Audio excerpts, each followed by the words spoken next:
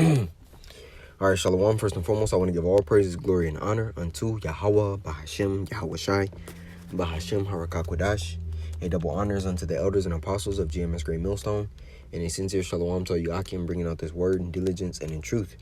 And now, this lesson, Lord willing, will be on these two topics. One being, Jake always hated the plans in which Yahweh Shai set up for them, and two, they always misused his messengers for bringing out the plans that Yahweh Shai set forth. So I want to start off with 2 Chronicles 36 and 16, because these two topics are basically the point in this lesson. Now this is 2 Chronicles 36 and 16, and it reads, but they mocked the messengers of Yahweh Ba'ashem Yahweh Shai and despised his words, right? Because these are not our own words that we're speaking, man. These are the words of Yahweh Ba'ashem Yahweh Shai. You know, we're not coming to boast of ourselves. We're not coming to exalt ourselves. We're set up through the Spirit, Lord willing. We were called, Lord willing, we were chosen. But we want to be of that number, man. And Yahweh Shai has, the blueprint is already set. You know, we've come into what He's established from the foundation of the world, or before the world began, Salakia, and became a part of the labor that He wants us to continue in. It says, but they mocked the messengers of Yahweh Ba'ashem Yahweh Shai and despised his words and misused his prophets, right? Misused his men. It says, until the wrath of the Lord Yahweh arose against his people till there was no remedy. And we see this pattern on and on and on and on, throughout all different types of captivities in which Jake was in, man. They misused the prophets of old, likewise as of now, man. And look what they did unto the only begotten Yahweh Shai, man. Jake said, let his blood be upon us and our children.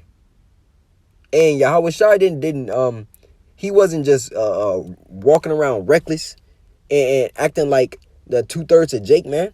He was coming preaching a better ministry, man. To really give us hope. And look how Jake treated him.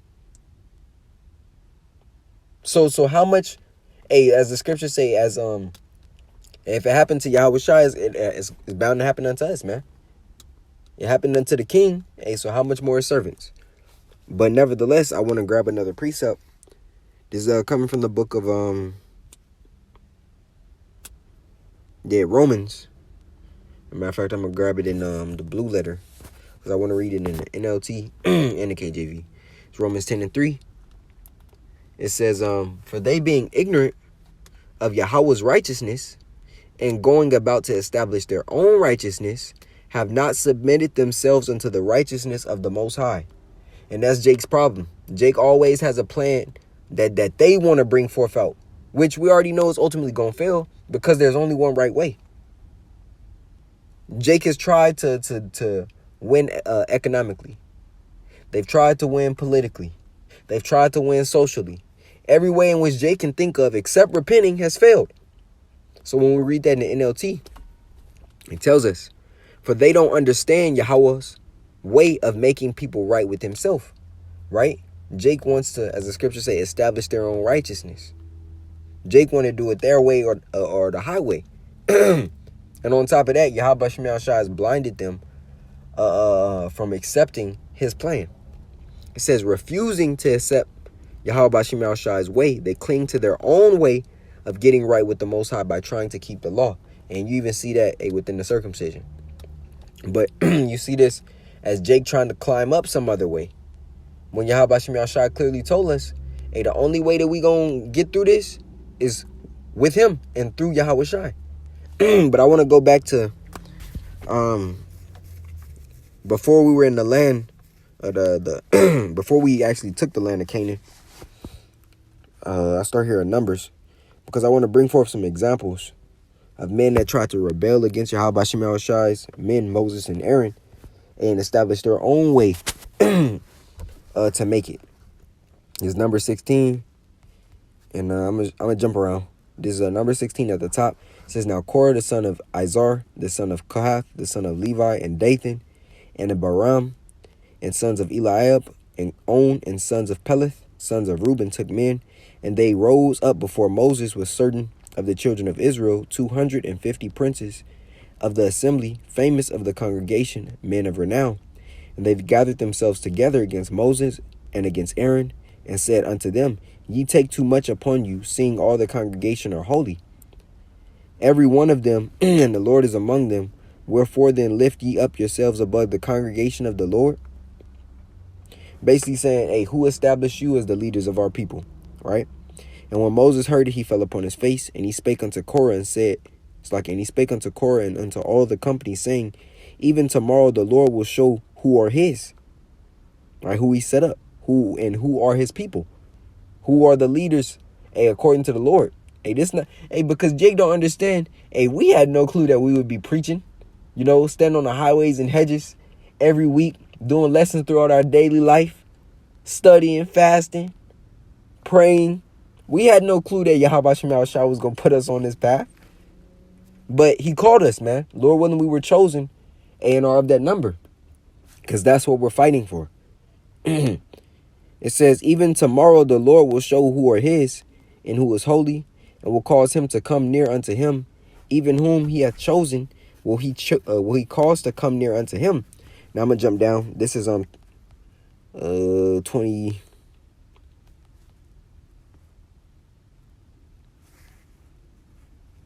23. This is Yahweh Shem Shah speaking unto Moses. It says, and Yahweh spake unto Moses, saying, Speak unto the congregation, saying, Get you up from about the tabernacle of Korah, Dathan, and Abiram. Those are the men in whom were being adverse unto the ways in which Yahweh Shem Shah set forth. And the leaders whom Yahweh Shem Shah set forth. They were opposing everything that the Lord was doing. So we're going to speak about what happens to these niggas, man. It says, And Moses rose up and went unto Dathan and Abiram, and the elders of Israel followed him. And he spake unto the congregation, saying, Depart, I pray you, from the tents of these wicked men, and touch nothing of theirs, lest ye be consumed in all their sins. So they gat up from the tabernacle of Korah, Dathan and Abiram on every side, and Dathan and Abiram came out and stood in the door of their tents, and their wives and their sons and their little children. And Moses said, Hereby ye shall know that the Lord Yahweh hath sent me to do all these works. For I have not done them of mine own mind. Basically, not giving glory unto himself, but giving glory back unto Yahweh Ba'ashem Yahushai. If these men die the common death of all men, or if they be visited after the visitation of all men, then Yahweh hath not sent me. But if the Lord make a new thing, and the earth open up her mouth and swallow them up, with all that appertain unto them, and they go down quick into the pit, then ye shall understand that these men have provoked Yahweh Ba'ashem Yahushai. And we're coming to a time where the Lord is going to show all these men that provoked the Lord to anger, man. It's going to be a clear separation of those that were pleasing Yahweh Ba'ashem Yahushai and those that were provoking him to anger. Because those that provoking him to anger are these same ones who have the appearance, as Yahweh Shai said, as clothed in white apparel, but inside are wicked sepulchres, man, full of dead men's bones. Proud, haughty, high-minded, lofty, versus the humble, the meek. The Lord is going to show forth that separation as we're getting closer and closer into the end, and he's going to start touching those of the circumcision. As the scripture says in 1 Peter 4:17, he's going to start at his house. It says, And it came to pass, as he made an end of speaking all these words, that the ground clave asunder that was under them, and the earth opened her mouth and swallowed them up, and their houses, and all the men that appertained unto Korah, and all their goods. They and all that appertained to them went down alive into the pit, and the earth closed upon them, and they perished from among the congregation. So right there, Yahweh Shema Shah showed who he hated and who he loved. So he had the earth open up to swallow them niggas, man, and their families and their possessions. And all Israel that were round about them fled at the cry of them, for they said, Lest the earth swallow us up also. And there came out of a fire from the Lord and consumed the 250 men that offered incense. Those same 250 men that followed them, man. Right? It says, And the Lord spake unto Moses, Speak unto Eleazar the son of Aaron, the priest, that he take up the censers out of the burning, and scatter thou the fire yonder, for they are hallowed. So that's just one account. I want to grab another account in the book of Numbers, the 21st chapter. Because this is Jake murmuring and talking shit again unto the men of Yahweh Bashem Yahushai, which is ultimately just speaking against the Lord. That's why the scripture says, every idle word that men shall speak, they shall give account of in the day of judgment. Even what you think, man. And Jake needs judgment. You know, niggas need the reset. Because Jake is filthy. This is Numbers 21. And this is right after, we just gonna read. You know, you'll see. And when King Arad the Canaanite, which dwelt in the south, heard tell that Israel came by the way of the spies, then he fought against Israel and took some of them prisoners.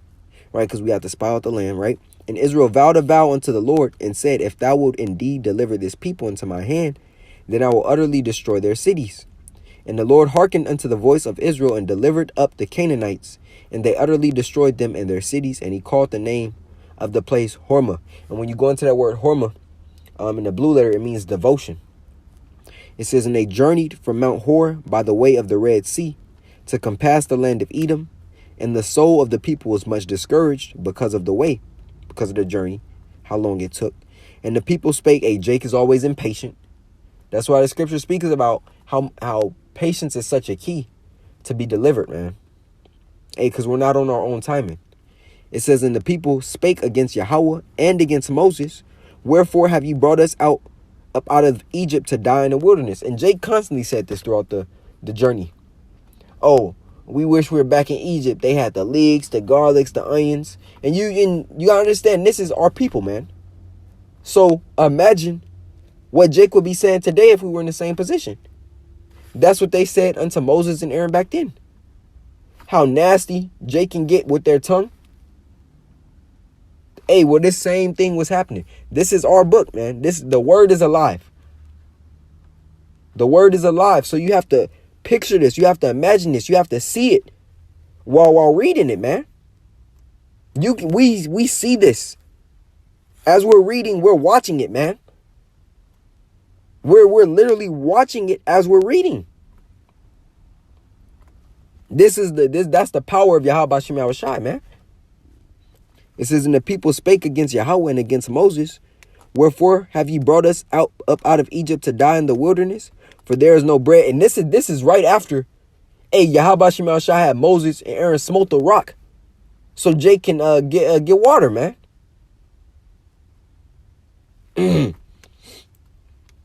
For there is no bread, neither is there any water. Our soul loatheth this like bread. Jake talking shit.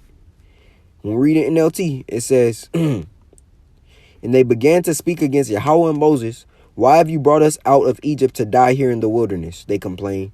There is nothing to eat here and nothing to drink, and we hate this horrible manna. Jake just talking shit. So let's see what the Lord do. It says, and Yahweh sent fiery serpents among the people, and they bit the people, and much people of Israel died. Beautiful. Beautiful. The Lord sent poisonous snakes to these niggas, man, to kill them.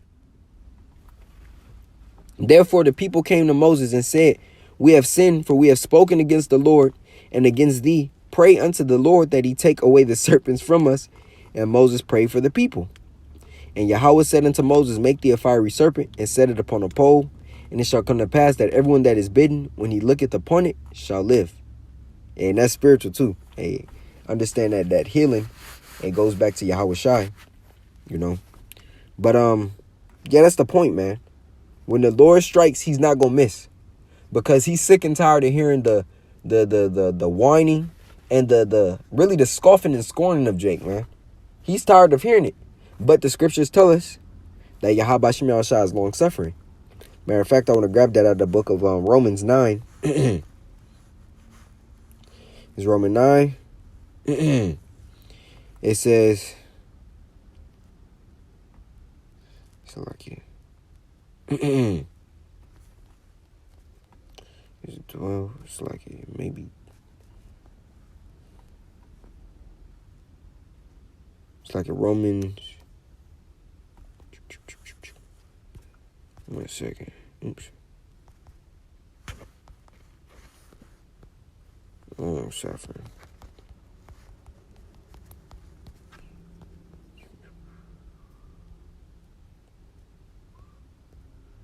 Where? 22, Salakia.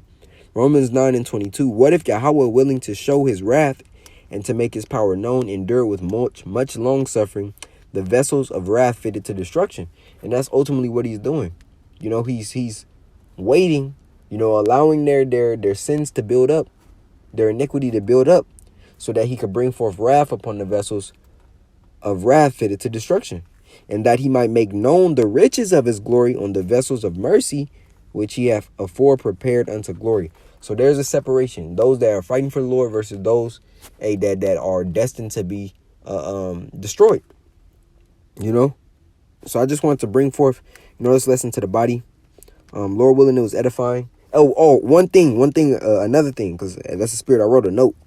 What you see, what happened, you know, in the accounts that I read, the journey was into or moving into the promised land, man. And that's spiritual due to the fact that the same thing of how Jake was so impatient, how they want to do their own thing, come up their own way, you know, basically be haughty, not listening to what Yahweh Shemel Shai had his servants to preach. And well, that same thing is happening today, because we're coming into another and the final kingdom, man, which is going to be everlasting. And so we're still making that travel.